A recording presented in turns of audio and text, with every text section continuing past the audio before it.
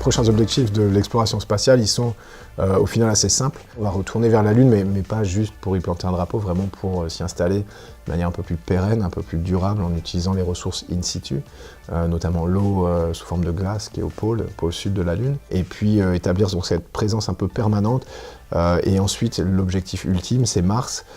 Évidemment, sur la Lune, il y a des objectifs scientifiques, mais c'est aussi une répétition grandeur nature pour aller vers Mars. Le schéma, c'est toujours le même, hein, c'est envoyer des explorateurs, découvrir l'environnement, s'installer petit à petit, assurer une présence permanente, et ensuite aller plus loin et refaire le même processus. C'est à ça qu'on va assister dans les années qui viennent.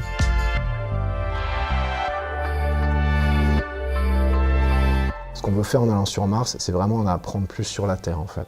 Mars, c'est la sœur jumelle de la Terre, même conditions, même environnement, et puis par contre l'histoire était un petit peu différente. Mars a perdu son atmosphère, a perdu son eau liquide, et donc on aimerait bien savoir si ça peut nous arriver à nous, ce serait quand même des questions un peu intéressantes. Aussi on peut lire dans la géologie de Mars, beaucoup plus dans le passé qu'on peut le faire sur Terre, parce que sur Terre on a la tectonique des plaques et l'érosion qui font qu'on a du mal vraiment à regarder loin dans le passé. Sur Mars on va vraiment savoir comment tout ça s'est passé au début. On ne sait toujours pas en fait comment la vie s'est formée. On sait les petites briques de la vie dont on a eu besoin dans l'eau à un moment, dans la solution originelle, qui ont formé la vie. Comment elles sont arrivées là, on n'en a aucune idée. Et donc c'est des questions un petit peu fondamentales auxquelles on veut répondre en allant vers Mars.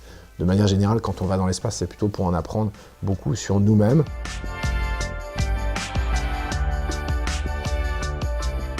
Eh bien, on s'y prépare de manière très étudiée, très patiente. C'est pas seulement l'aventure d'un seul homme ou d'une seule femme, c'est pas seulement un astronaute qui va dans l'espace. La première étape, c'est d'avoir le matériel nécessaire, les véhicules, lanceurs, donc fusées, capsules, qui vont nous permettre d'arriver jusqu'à ces destinations. La Lune, 1000 fois plus loin que l'orbite basse terrestre, donc il faut comparativement beaucoup plus d'énergie. Nous, quand je dis nous, c'est moi, mes collègues, les astronautes, quelque part c'est peut-être la partie la plus facile, on va s'entraîner, on a l'habitude de le faire, c'est vraiment notre boulot.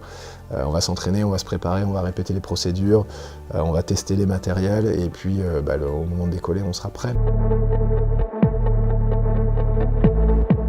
Ouais, c'est un peu de la démesure, c'est clair, mais c'était de la démesure de traverser l'océan. Hein. Tu sais, à l'époque du Moyen-Âge, quand les gars s'élançaient pour chercher l'Inde, qu'ils n'ont jamais trouvé, parce qu'évidemment ils partaient dans le mauvais sens, et qu'on a trouvé l'Amérique, c'était de la démesure, c'était fou. Les gens criaient à la folie, disaient mais n'importe quoi, pourquoi on fait ça? On a tout ce qu'il faut ici, etc. etc. Donc il y a un côté folie, mais je pense que toutes les grandes explorations, elles ont reposé un petit peu sur la folie.